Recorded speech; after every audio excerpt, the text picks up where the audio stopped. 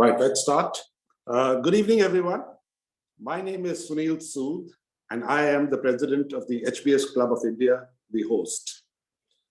On behalf of the club, HBS India Research Center, and HBS Club of Bangalore, I'd like to welcome you all to a very, very special event where we have a discussion based on Ravi Venkatesan's recently released book, What the Heck Do I Do with My Life?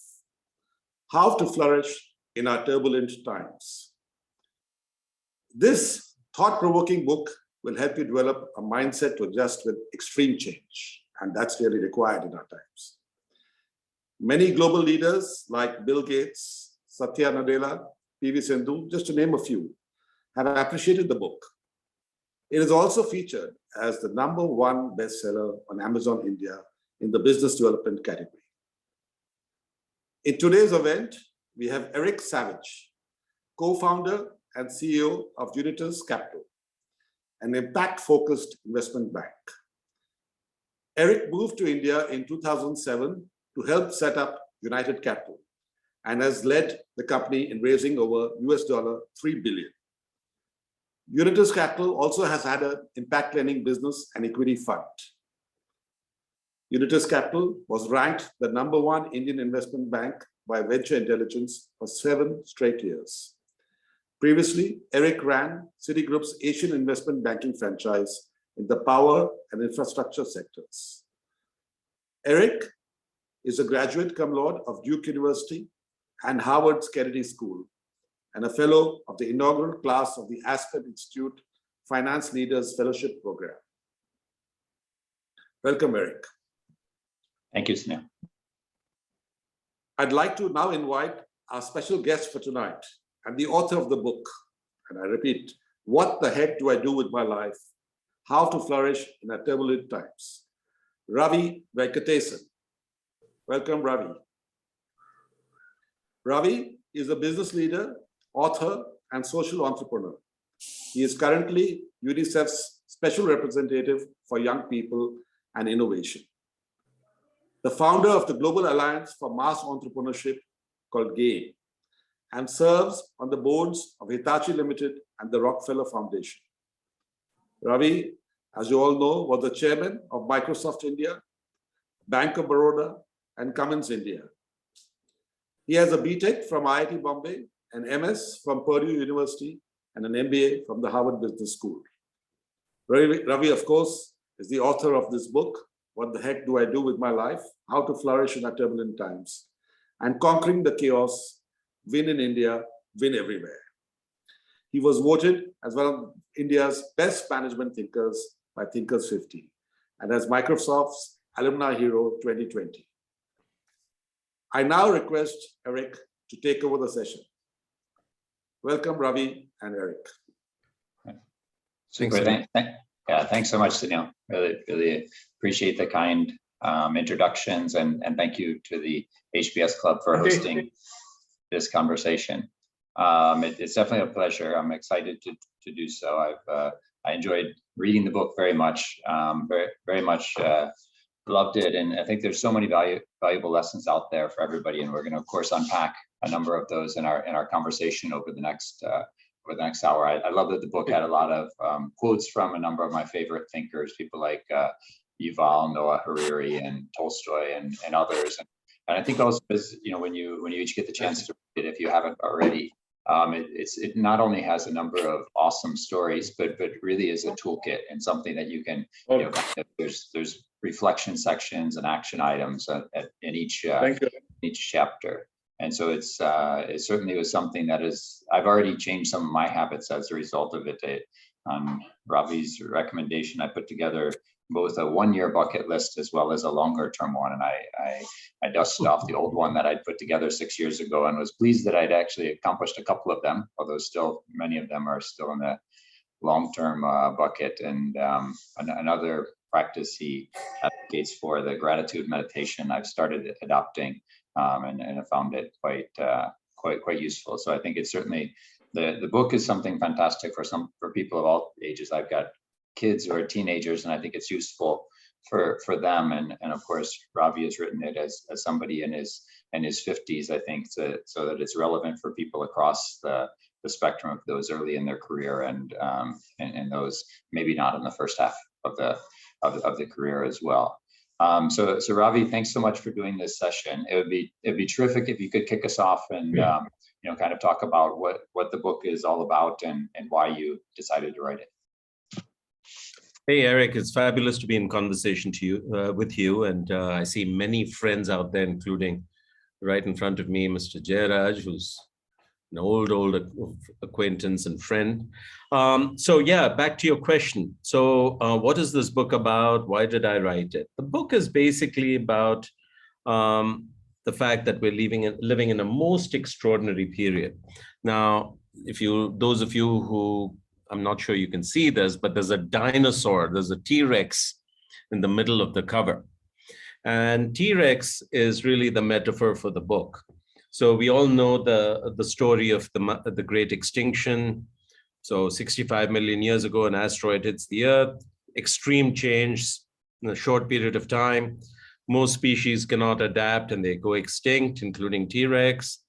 And some species do adapt, including early mammals, and they become dominant and flourish. And that's why we're here.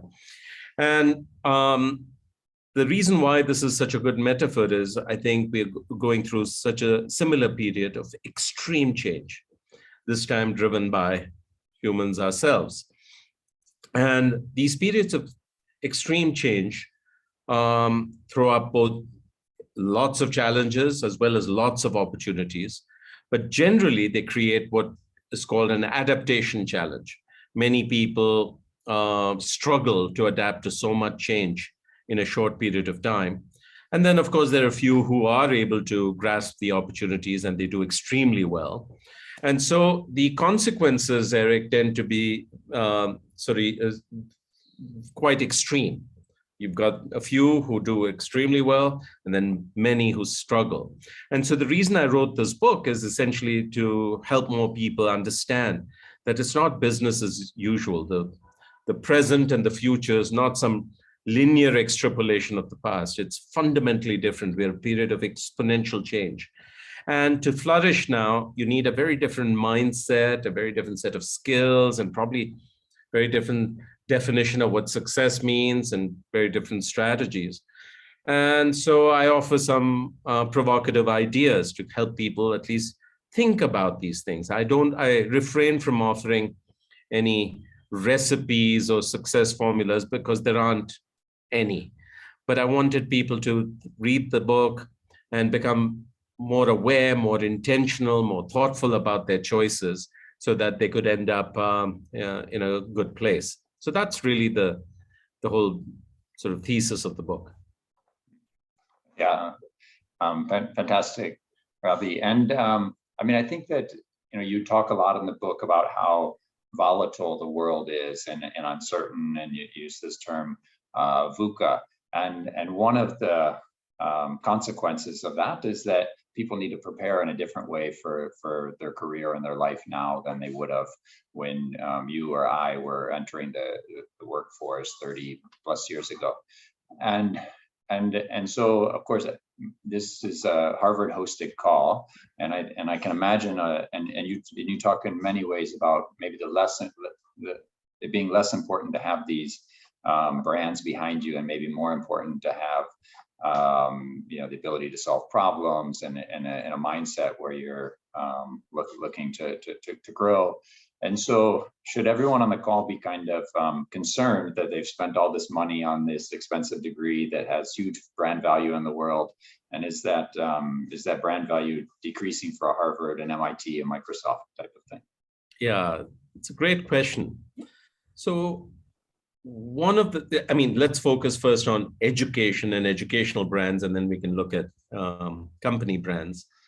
But one of the interesting things is just how irrelevant and obsolete educational systems have become in most parts of the world.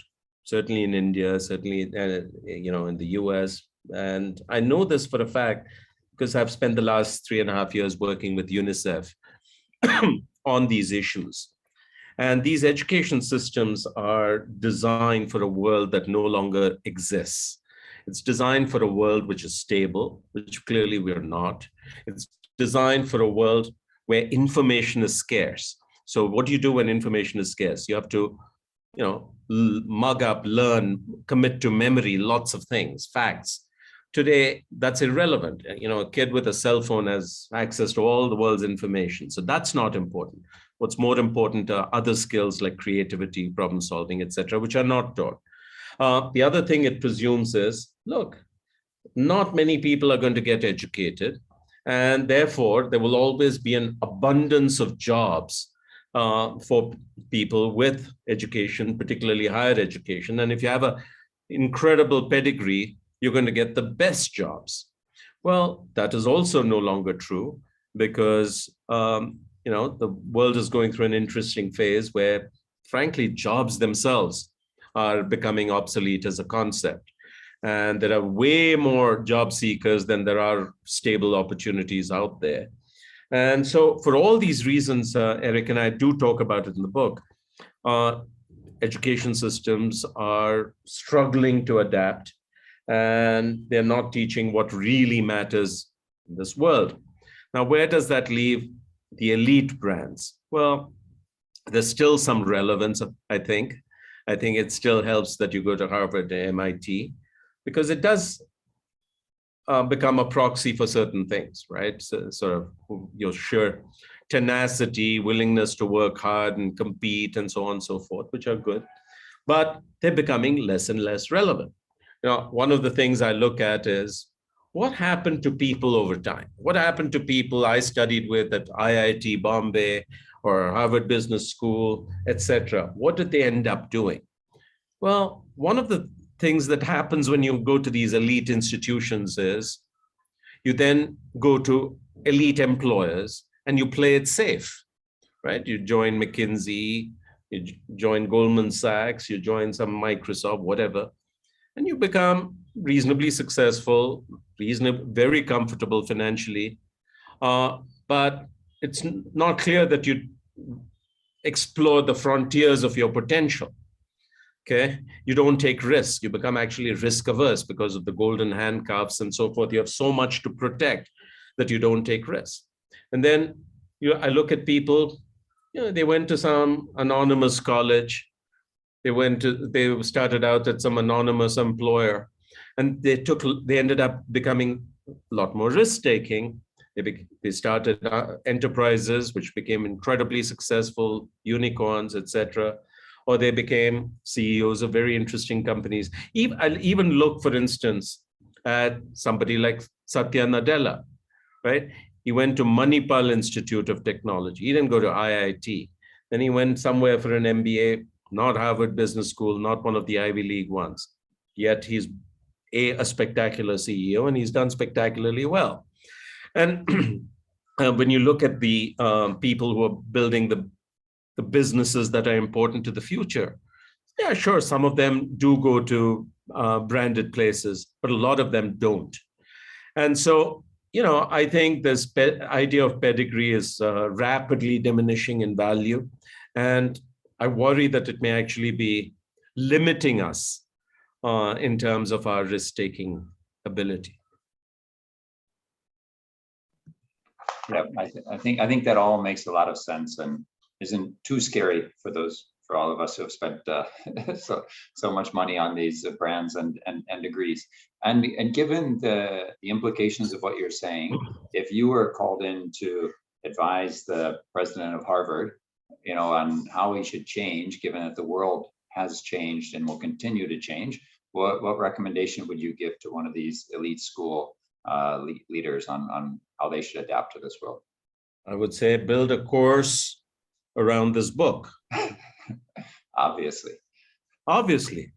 No, but look, obviously that's somewhat in jest. But no, in my book, I tried to get people to become more intentional, more self-aware, reflect on the fact that unlike in the past, in my time, where success had fewer definitions and the pathways to success were relatively few and well-defined. I think we're living in an age where success has many, many more definitions and possibilities, many more pathways.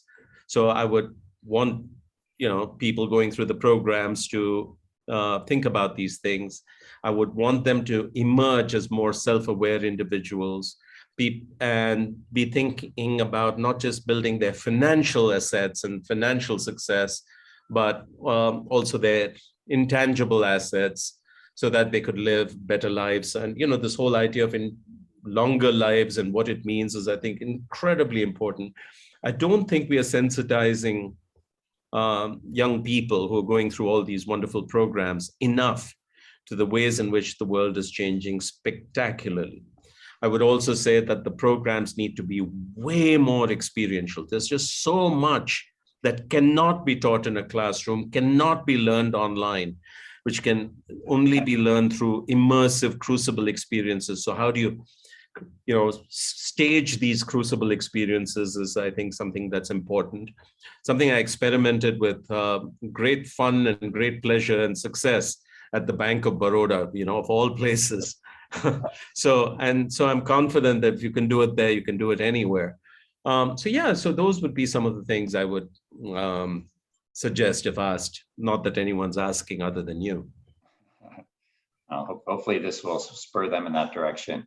I thought the section in the book on intangible assets is something that is really well framed in terms of all of these other things, your soft skills, your reputation, your network, all of those things that have become even more important than I think they always have been. One of the parts of the book that really stuck out to me, and frankly, in some ways was the one kind of depressing part of the book, is that you said that it was a bit of an aha moment for you when you realized that no one really cared what you were up to, and that then kind of freed you to reframe how you're living your life. And so it would be great if you could kind of talk about that and the implications of that for all of us.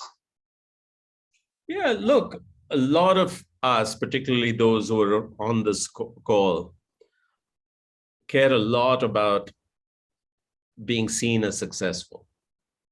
Okay, for the longest time, I was conditioned to please my parents, then my teachers, then my managers at work, because I was on this treadmill where you please them, you get rewards and recognition, and that feels good. Okay, and the problem with that is gradually you realize you're living somebody else's life. The things you do, the achievement is no longer giving you the highs, the joy that it once did. And so you really need to start thinking about living life on your own terms. But that's not easy, because for 40 years, 50 years, you've been programmed, you've been conditioned to actually live by other people's definition of success, society's definition of success. Now, this is, it turns out, not a new phenomenon. In the book, I don't know if I quote him, I don't think I do, but the Roman Emperor Marcus Aurelius, sort of 2,000 years ago, in his meditations, he says, look, one of the most peculiar things about human behavior is we love ourselves more than any other person in the world. And yet we care about everybody else's opinion more than our own. Okay. So he says, what a paradox. And it hasn't changed. If anything, it has become even stronger in these 2,000 years. So, I woke up one day and I realized, yeah, I have too much of what I do is trying to live up to other people's definition of success. But then how do you wean yourself off it? And the problem is that the moment you wean yourself off it, you're worried you're going to become a nobody, because you're getting off the old path, the well-trodden path, and you're going off into the wilderness on your own to find, joy and satisfaction. Then I realized, I had this epiphany, Eric, which I write about in the book, where I said, look, every other person's worried about themselves. They're not thinking about you and what is Ravi doing. They couldn't care less what you're up to. They're busy trying to be relevant, to be important, to feel successful, etc. So nobody cares.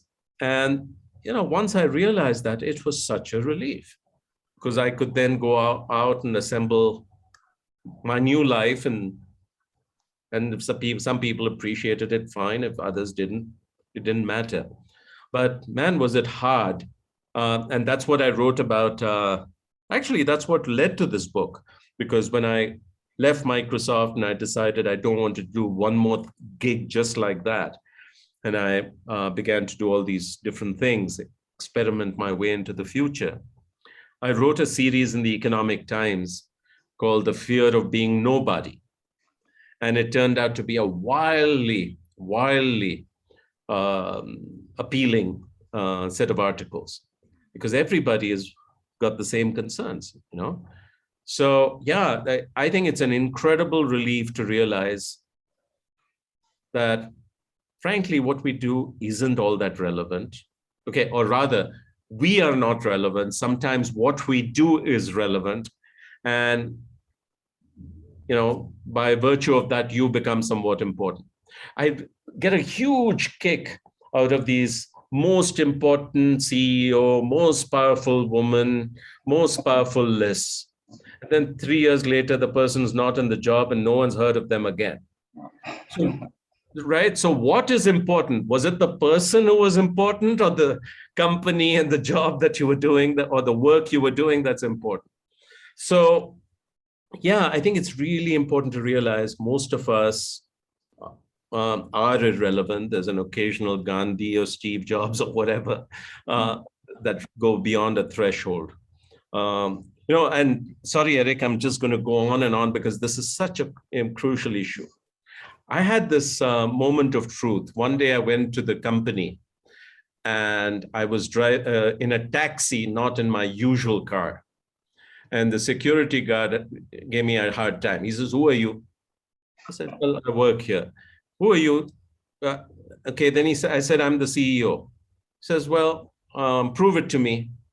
Because for him, what was important was the car, not the dude in it. Okay, so I was completely irrelevant. So that's when I realized, man, it's the badges, the symbols that are what the world is paying attention to. Nobody has any interest or idea of what I do. So yeah, so I think it is more important to worry about, is the work you're doing important, relevant, meaningful, useful, because we frankly aren't. Yeah, I mean, I think when you and I were chatting a couple of days ago in preparation of this, you had said that those people who do achieve that kind of lasting fame and impact and whatnot are, the Gandhis of the world, are probably people who are just trying to do something that was important. They were doing whatever it was their mission, not trying to be important, but accomplish them. The more we try to be relevant, important, etc., the less likely we are to be. Okay, and the people who end up being remembered in a significant way are those who have completely thrown themselves into service of something bigger. Okay, it is subsuming the ego that gives them eventually the immortality. It's just so paradoxical. Yeah, which I think is probably particularly hard for those who go to places like Harvard. And so I think that one of the interesting things you've written about in the book that seems hard to believe now, but I guess I just thought was a fascinating story. At the time you were looking to join Microsoft, you talk about how that was a really tough decision, and basically you got a lot of people telling you it was a bad idea. And so I think it's just, given where Microsoft is today, it's hard to imagine how that was the case. So the question is? It would be great if you could just share a little bit about that. So look, it was 2003. And I'd spent my entire 15 working years with one company, which was in capital goods, making diesel engines. I'd risen to a very high level. I was on the global leadership team. India was contributing a huge share of the company's profits. And then I got headhunted by Microsoft. And I was about the most unqualified person to lead the business, because in those days I didn't even do email. And I was very honest, even with Bill Gates, who interviewed me, saying, look, my secretary prints out a folder of email and gives it to me at the end of the day, and I mark it up over dinner and I throw it back at him next morning. So I don't know, I came because I wouldn't get another chance to meet you. And anyway, for whatever reasons, they said they made me an offer. And now was the dilemma. And, I naturally consulted a set of people, including my family and mentors like Nandan Nilekani. And 9 out of 9 people, Eric asked, said, don't do it. Okay. So for instance, Nandan said, look, you don't know anything about technology, and this is not going to end well. By the way, the culture is really tough. It's a company it was as radioactive as Facebook is today. Okay. It was as unpopular, untrustworthy a company as Facebook is today. And so, my wife said, why would you want to join such an evil company? My mother's question was, hey, what a cozy place you've built out here. Why would you leave that? Why don't you just enjoy the fruit? So for various reasons, everybody whose opinion I valued said, don't do it. And then I said, look, I'm 40 years old. When I turn 50, what will I regret more? That I was sacked for incompetence a year later, or that I had this chance and I was too scared to take it and passed it up. And I decided, no, I don't want to live with that regret. So I did something really important, Eric. I decided to not view it as a career or anything. I said, let me view it as a project. And like all projects, it's very finite. Okay. And so, if it lasts a year or two, okay, I learned a lot. No regrets. In the event, it lasted 8 years and was transformational, and then led me to think about my subsequent life as a series of projects. Okay. And it's been incredibly liberating. So, and look, I think it was life-changing for me. If I think about what I learned, the networks I'm part of, what options it created, the kind of people who are supporting our work today. Yeah, it was fabulous.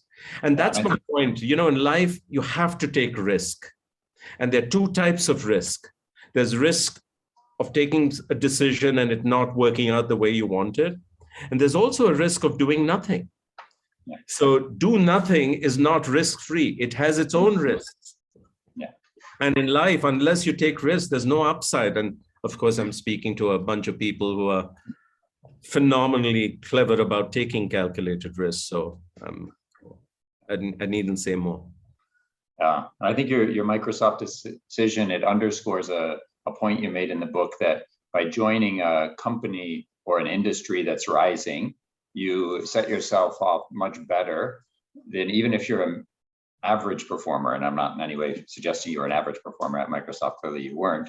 But then if you're a superstar at a company that's just kind of plodding along. And so that's a really important point, because as we're going into the future, right? So there's this phenomenon called a rising tide lifts all boats.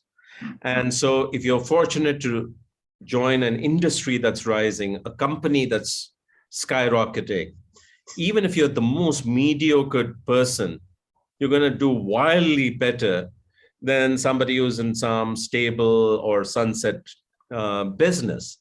And, I quote Sheryl Sandberg, who says, look, when you have a chance to get on a rocket ship, don't ask which seat.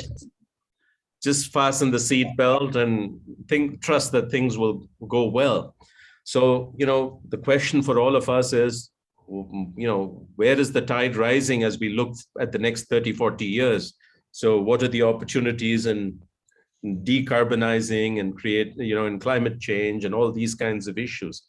And so are we positioning ourselves so that, these trends are a tailwind? Yeah. Great point. Thank you. And as we've all, as humanity, we've gone through a heck of a time the last couple of years. And I think that in many ways people have gotten comfortable with some different realities, people working at home in their pajamas, or kids going to school online, and maybe in some cases cheating on tests, or trading NFTs while they're going to school, and this kind of thing. How do you think we emerge from this, and what do we need to do to make it a positive, whereas there are obviously some inherent negatives of what we've been through? Well, your question sort of seems to indicate that there was a one-time shock, and we'll emerge from that. And maybe it'll be sort of like before the shock, or it'll be in a new normal, but a stable normal. The whole point of my book is, I think we're going to be lurching from shock to shock, for the foreseeable future, for the next 100 years. That's the point of VUCA. Sure, we'll come out of this particular pandemic. It may become endemic. Sure, we may get back to traveling a bit, may not be like before, and we'll get back to some semblance of hybrid, or more physical work, etc. But it's going to be upended again by things we cannot even imagine or foresee, and that can. So that's the point. That how do you build a mindset and a life around you, an ecosystem around you, that allows you to navigate all these continuous series of shocks and transitions? Am I making sense here, Eric? Yeah, correct. Right. So first of all, you better develop the mindset of what I call an adventurer and explorer, and see opportunities in all these issues, all these shocks, etc. Not merely the challenges and downsides, and hope that you can quickly go back to the way things were, because they won't happen. So the other thing you have to do is say, if the world around me is going to be so doggone fluid, okay, and fast changing, and in ways that I can't anticipate, what are my anchors? Okay, what is going to keep me grounded?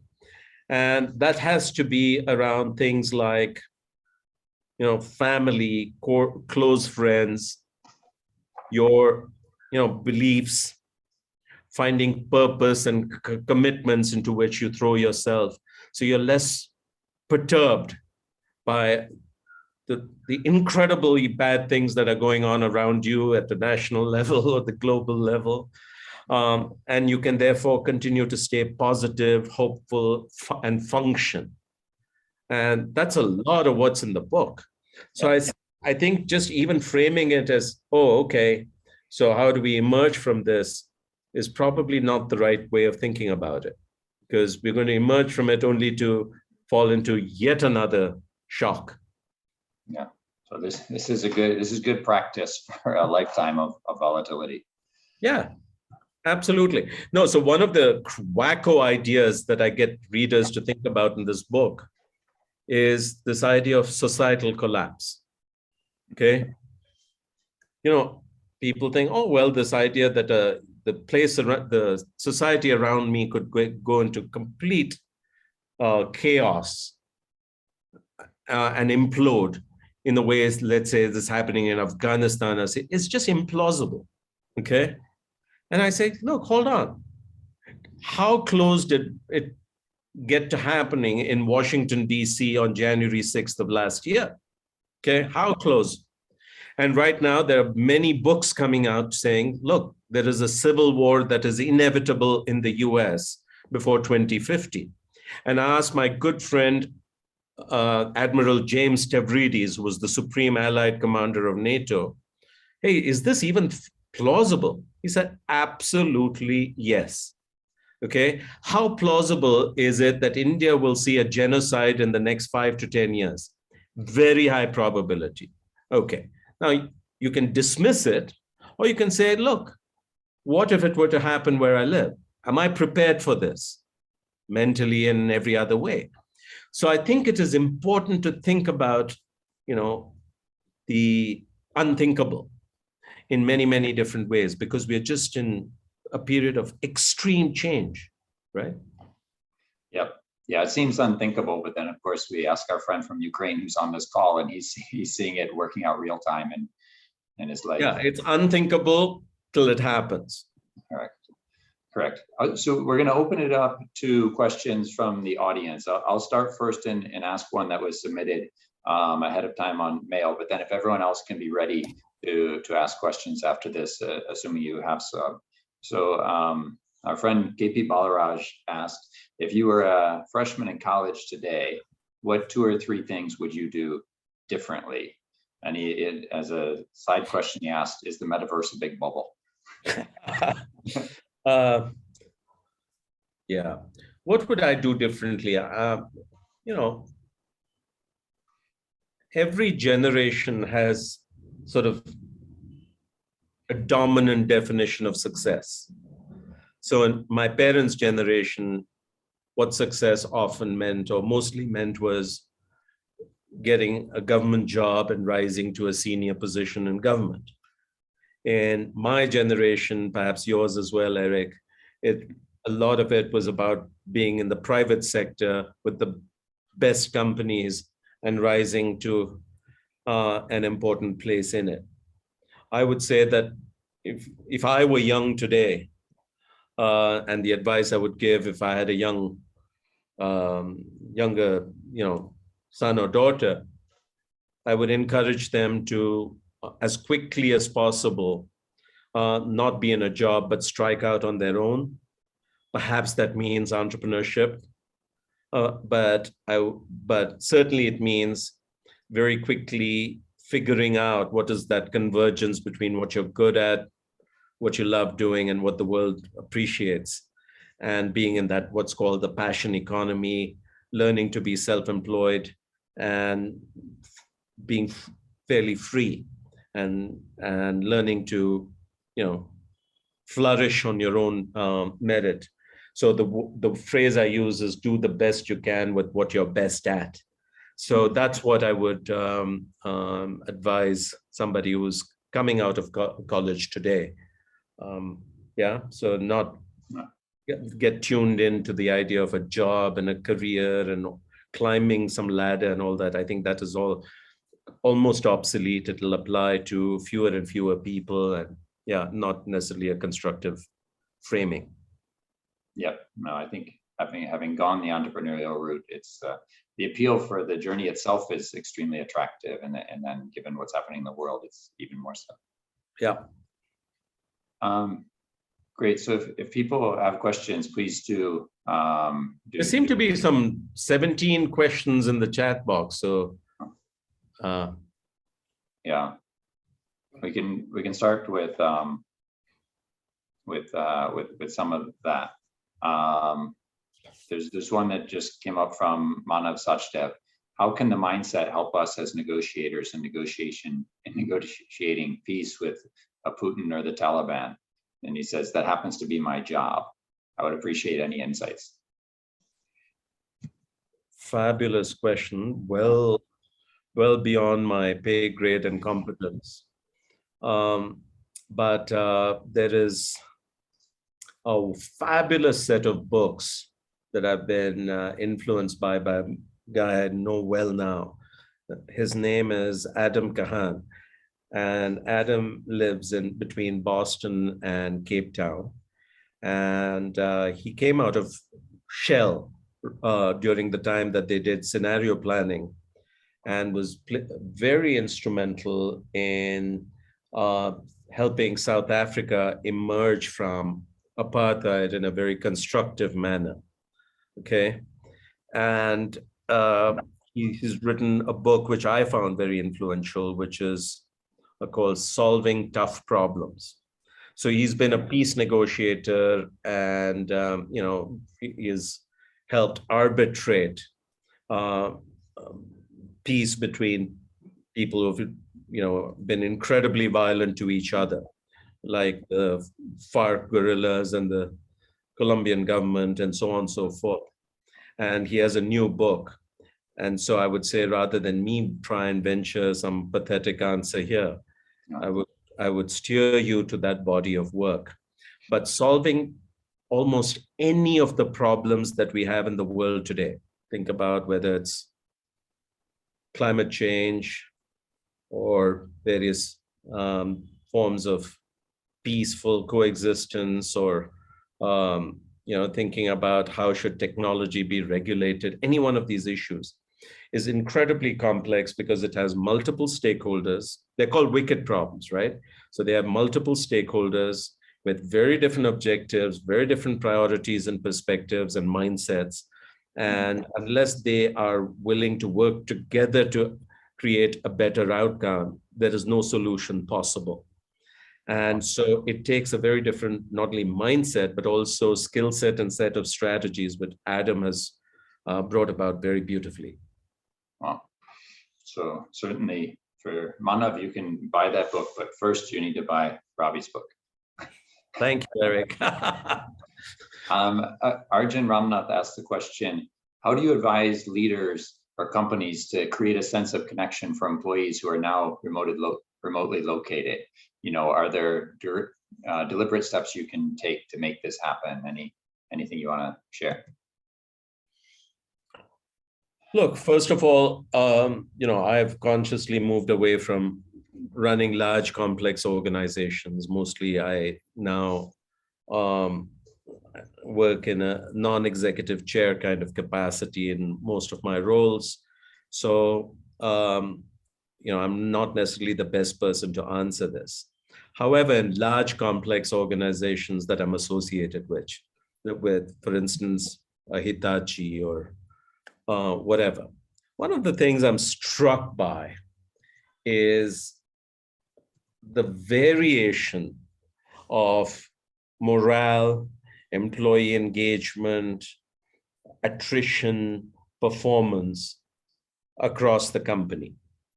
And what is most striking to me is how some people managers in the same environment, same context, are able to help their employees feel connected, feel safe, feel purposeful, and perform, whereas others are unable to.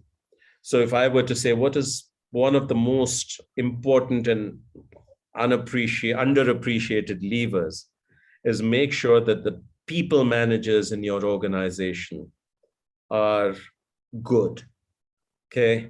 And so the step one is to look at how many ever there are at a granular level and see who's doing a phenomenal job, who's doing a really bad job, and know that, and then help the people who are doing a phenomenal job share their tradecraft and help those who are struggling come up to at least some average level. And a lot of it has to do with how do you build and sustain an emotional connection? How do you help people find purpose? Because today, the thing that COVID has done is got everybody thinking about bigger existential questions, okay, beyond just a job. They're saying, why am I here? And am I enjoying what am I doing? And people are fleeing toxic environments, toxic managers, etc. And that's a big part of this. And then they're also reevaluating their life priorities. And that's why I say good people managers are just incredibly important right now. Yeah, I think given the additional flexibility everybody has as an employee, those toxic people managers are gonna have a much harder time keeping their fiefdom.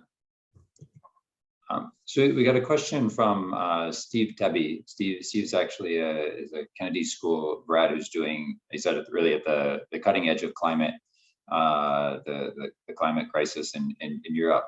He asked that in many jobs, if you're good, you should try to make yourself obsolete. That's especially true for NGOs. And he said, how do you deal with that conflict of interest where you have people often fighting for the jobs rather than trying to solve the challenge that's there at stake? And he said, and also, how do you deal with periods of no income as you get older and you don't have financial abundance? Those are very nice and very big questions. So look, I can only speak for how I have approached it, Steve. So many years ago, there was a fantastic Indian cricketer called Sunil Gavaskar, sort of a legend of his time. And then one day he announced his retirement, and people were a little shocked. And I remember being a young guy listening to his interview. And they said, "Why are you retiring?" He says, "Well, I decided to retire at a time when people ask, why are you retiring, rather than when will you retire?" Okay. And that, I don't know why, made such a profound impression on me. So I said, look, I'm always going to try and leave what I'm doing on my own terms rather than being forced out. It gets pretty messy when you're forced out against your will. And so I brought that philosophy to bear from my fairly, youngest days. And, so I had no problem in terms of walking away from whatever I'd built, because it also enabled me to then embrace something better. So I think that's a mindset issue. And equally, it's about, building good teams so that there's always at least a couple of viable internal successors. And I can, look back and say all my successors did a better job than I did. And I feel good about that too. So I think this comes from something I talk about in my book, which is an abundance mentality versus a scarcity mentality. Okay. And so the trick in life is to, work on yourself so that you have an abundance of mentality. You don't feel like, oh, if I let go of this, then I'm going to be sunk. So I better hold on to it at all costs. And when you have an abundance mentality, you believe that, well, there's going to be something even better out there. And so the faster I can let go and the faster I can groom people who can take this on, the next step of the race, the better off I'm going to be personally. So that's how I'd look at it. This issue of financial resources is incredibly important, particularly as we're living longer lives. So I do reference Linda Grattan's incredibly important work on the 100-year life, which is that if we're going to live that long, then very few of us will have the option of retiring at 60 with enough of a pension and a nest egg to then live the next 30, 40 years comfortably without anxiety. And that's going to be a real issue. So many of us will not only want to remain productive, but will need to find a way to make some income to keep things going till much longer. And of course, that conflicts with companies and employers not wanting to hire people who are above some 45 or 50 years of age. And so how are you going to develop skills and competencies that the world values enough that it continuously generates some income stream?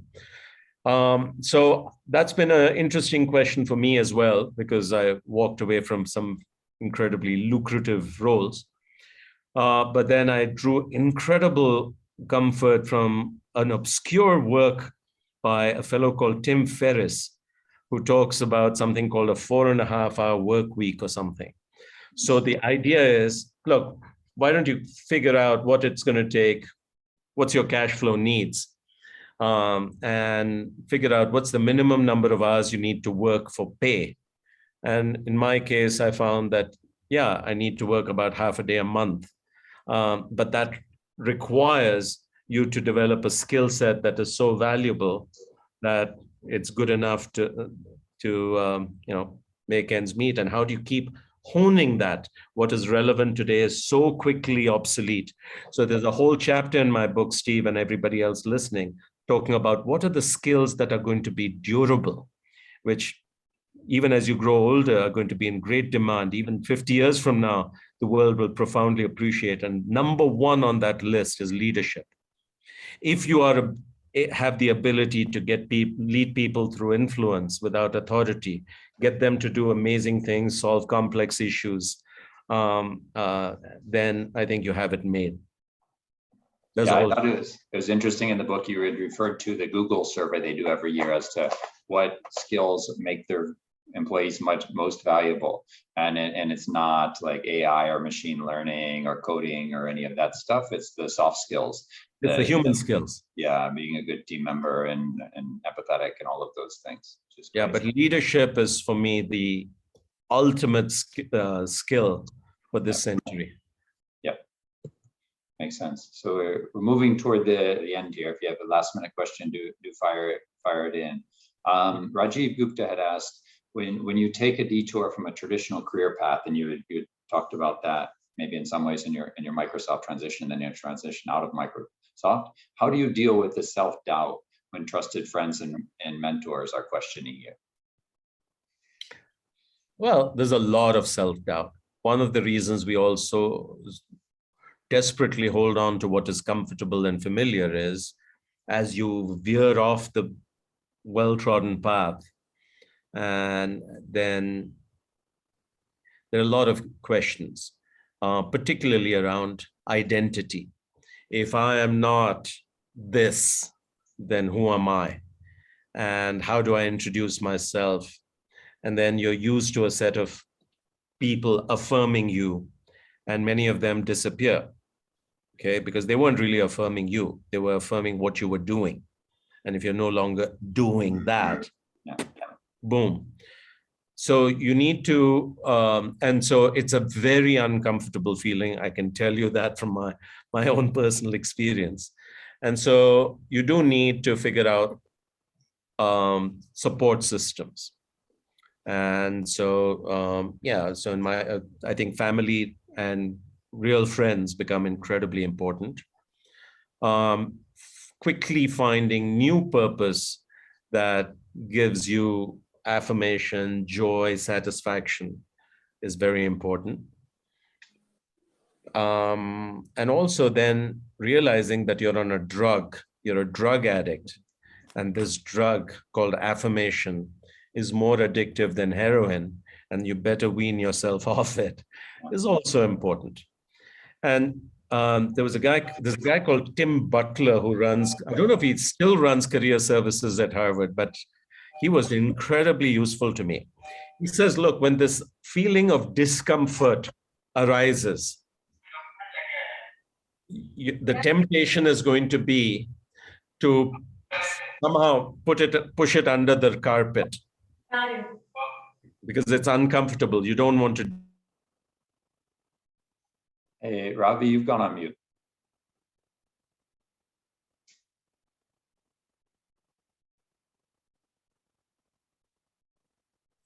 Somebody, the host muted me. Sorry, Eric. So what was the last? So all I was saying is Tim Butler said, look, this feeling of discomfort is profoundly important in terms of giving you clues into yourself. So he said, don't push it away and wish it away, lean into it, sit with that discomfort. And so I learned just how insecure I was, how much I needed this external affirmation, and how important it was that I wean myself off it. So yeah, it's part of the evolution. Right. When you're on the other side, life is great.